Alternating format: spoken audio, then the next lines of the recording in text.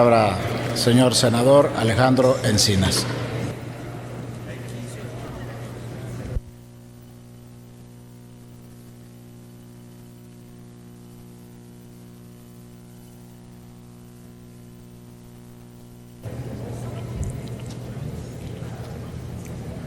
Muchas gracias, señor presidente. Disculpe que insista tanto en los actos de procedimiento, porque creo que lamentablemente en este tema no se han cumplido estrictamente las disposiciones a las que nos obliga tanto la Ley Orgánica del Congreso como el reglamento del Senado de la República. Es por eso que en nombre de las senadoras y senadores Marta Tagle, Angélica de la Peña, Dolores Padierna, Isidro Pedraza, Carlos Merino, María Los Ángeles Verónica González, Alejandra Roldán, Raúl Morón, el senador Benjamín Hernández, el senador Fidel de Médicis y un servidor, así como el senador Luis Sánchez y el senador Luis Humberto Fernández, el senador Mayans, el senador Rabinadad y muchos más, el senador Manuel Bartlett, por supuesto, la senadora Laida Sansores. Venimos a presentar, con fundamento en los artículos 105 y 106 del reglamento del Senado de la República, una moción suspensiva a efecto de que no sea iniciada la discusión del dictamen que presentan las Comisiones Unidas de Justicia, Defensa Nacional, Marina y Estudios Legislativos, con proyecto de decreto por el que se reforman, adicionan y derogan diversas disposiciones del Código de Justicia Militar y se expide el Código Militar de Procedimientos Penales, el mismo que planteamos sea devuelto a comisiones para su reconsideración. Esto a partir de dos consideraciones importantes. La primera es que apenas el pasado martes, el día de antier, 26 de abril de 2016, la mesa directiva del Senado de la República recibió de la Cámara de Diputados el oficio con el que se remite un proyecto de decreto por el que se reforman y adicionan y derogan diversas disposiciones del Código de Justicia Militar y se expide, como lo he dicho, el Código Militar de Procedimientos Penales, ya que en esa misma fecha fue turnada a las Comisiones Unidas de Justicia, Defensa Nacional, de Marina y de Estudios Legislativos segunda para su análisis y dictamen correspondiente. Posteriormente, ese mismo día, se hizo rectificación del turno de esta minuta, quedando en las comisiones referidas, con excepción de la de Estudios Legislativos segunda, para remitirla a la Comisión de Estudios Legislativos básica. Con esta modificación de turno, la mesa directiva no cumplió con el acuerdo que la propia mesa directiva del Senado de la República, el cual publicó el 19 de 2013, donde estableció los criterios generales para el turno de los asuntos de comisiones ordinarias, en el que se establece en el numeral 7 del artículo primero que para la uniformidad en la asignación de turnos se deberá respetar el criterio utilizado para tal efecto en sesiones previas, es decir, de los asuntos precedentes existentes. Hay que señalar que la anterior reforma al Código de Justicia Militar, que aprobó ya esta legislatura, fue turnada a la Comisión de Estudios Legislativos, sobre la cual se reconsideró el turno. Más aún, el día de ayer, 27 de abril de 2016, las Comisiones Unidas convocaron a una reunión extraordinaria en la que se aprobó el dictamen con proyecto de decreto por el que se reforman estas disposiciones, con lo cual no se respetó lo establecido en el artículo 186, numeral 2 del reglamento del Senado, que establece, cito: una vez puestos de acuerdo los responsables de su formulación en las Comisiones Unidas, el proyecto de dictamen se distribuye a todos los integrantes de las mismas, por lo menos 24 horas antes de la reunión que deba discutirse y votarse, lo cual no sucedió. Más aún, los integrantes de las Comisiones Unidas recibieron el proyecto de dictamen apenas 2 horas antes que iniciara la reunión a la que habían sido convocadas. En este sentido, consideramos que es imperante cumplir con lo establecido en nuestro reglamento para dar certeza en el proceso legislativo, cumpliendo a cabalidad para que el dictamen sea analizado con detenimiento y responsabilidad antes de ponerlo a consideración del Pleno. Por eso, en esta moción suspensiva, como punto único, proponemos que se suspenda la discusión de dictamen que presentan las Comisiones Unidas de Justicia, Defensa Nacional, Marina y Estudios Legislativos con proyecto de decreto que se reforman, adicionan y derogan diversas disposiciones del Código de Justicia Militar y se expida el Código Militar de Procedimientos Penales y el mismo sea devuelto a las comisiones para su consideración. Este no es un asunto menor. Yo creo que de las leyes que estamos discutiendo en estos momentos, esta es la de mayor relevancia. Y bajo el argumento de que se trata de adecuar las disposiciones del Código Militar al pasar de un modelo acusatorio a un modelo inquisitivo, un modelo acusatorio, con lo que se suprimen los consejos de guerra, se crean los juzgados militares de control y los tribunales militares del juicio oral, se transforma la Procuraduría de Justicia Militar en Fiscalía General de Justicia Militar y se transforma el Cuerpo de Defensoras de Oficio en la Defensoría del Oficio Militar. Se establecen disposiciones adicionales que contravienen el artículo 129 constitucional, que señala con toda precisión que en tiempos de paz ninguna autoridad militar puede ejercer más funciones que las que se establecen en el contexto de la disciplina militar. Es decir, en tiempos de paz no puede asumir ninguna función que involucre a la población civil. Más aún,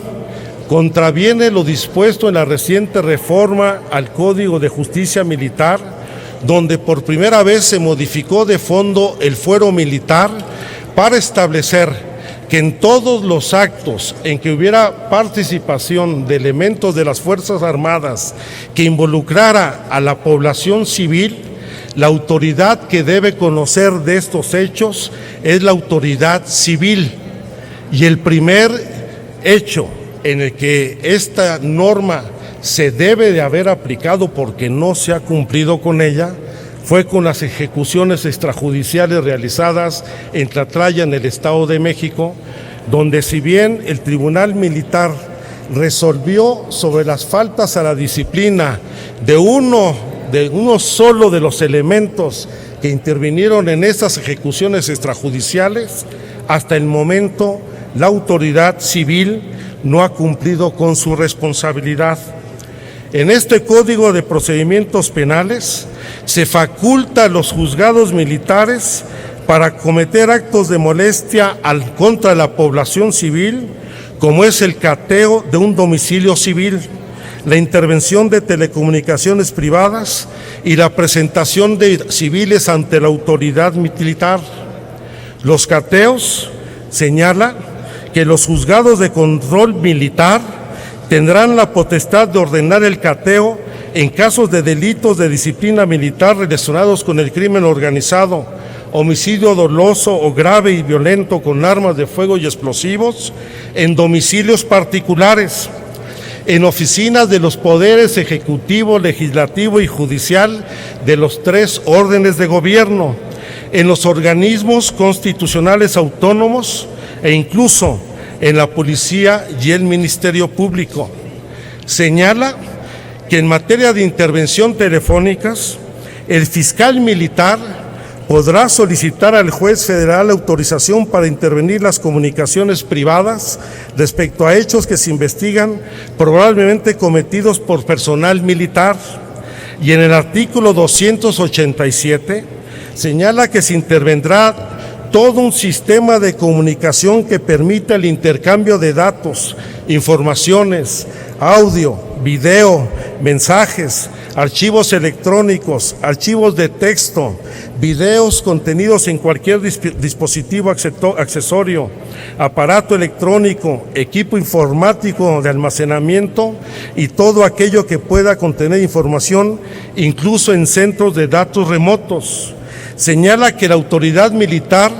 podrá ampliar la intervención a otros sujetos del personal militar o lugares de la intervención y también ordenará la destrucción de aquellos registros intervenidos que no se relacionen con los delitos investigados y aquellos registros de intervenciones no autorizadas. Más aún, en materia de localización geográfica, el artículo 299 establece que el fiscal general de justicia militar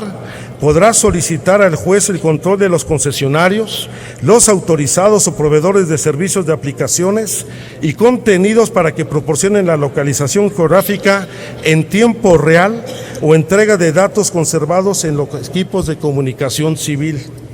Hemos recibido apenas el día de ayer una comunicación de la Oficina del Alto Comisionado de Naciones Unidas en nuestro país, donde expresa su preocupación por estas medidas y considero que deben de ser cabal y puntualmente atendidas, ya que de acuerdo a la Oficina del Alto Comisionado de Naciones Unidas en materia de derechos humanos, estas disposiciones generan incertidumbre. Por ejemplo, en aquellos casos en los que se prevén facultades para órganos de naturaleza militar cuyas acciones puedan afectar a personas e instituciones civiles, señala que es conveniente clarificar el ámbito de actuación de las autoridades ministeriales y jurisdiccionales militares. En relación en los casos donde derivados de una misma actividad delictiva pudieran existir delitos de competencia del fuero militar y otros de los que deba conocer la jurisdicción ordinaria federal o común, sería conveniente establecer con mayor precisión la obligación de colaboración con las autoridades civiles correspondientes y proporcionar aquella información que pueda ser relevante para sus investigaciones y actuaciones. En aquellos casos, señala la Oficina del Alto Comisionado, en los que fruto de las actuaciones llevadas a cabo por autoridades militares se detecte la posible existencia de delitos que no sean competencia del fuero militar, se debería reforzar la obligación de dar traslado sin demora a las autoridades civiles de procuración de justicia competentes y en aquellos casos en los que pudiera darse de la comparecencia de personas, testigos o expertos civiles en procedimientos militares, sería conveniente regular su participación o los procedimientos para que la misma se produzca de forma que contribuya al derecho de la justicia, sin que ello se ponga en cuestión el derecho de las y los civiles a no ser sometidos a jurisdicción militar alguna. Y por último señala que en relación con las víctimas y ofendidos del delito es necesario delimitar con mayor precisión sus derechos y participación en el proceso, incluyendo en aquellos casos donde la víctima se resiente directamente en si la conducta punible no puede ejercer sus derechos. Se trata de garantizar la protección de los derechos humanos y evitar, como ha venido sucediendo, que las Fuerzas Armadas asuman en tiempos de paz actividades que competen estrictamente a la autoridad civil y que no se vulneren los derechos de todas las personas en nuestro país a su privacidad, a su libertad de tránsito, a la posibilidad de establecer libremente sus comunicaciones. Quiero decirlo con toda responsabilidad, de plantearse en estos términos este Código de Justicia Militar,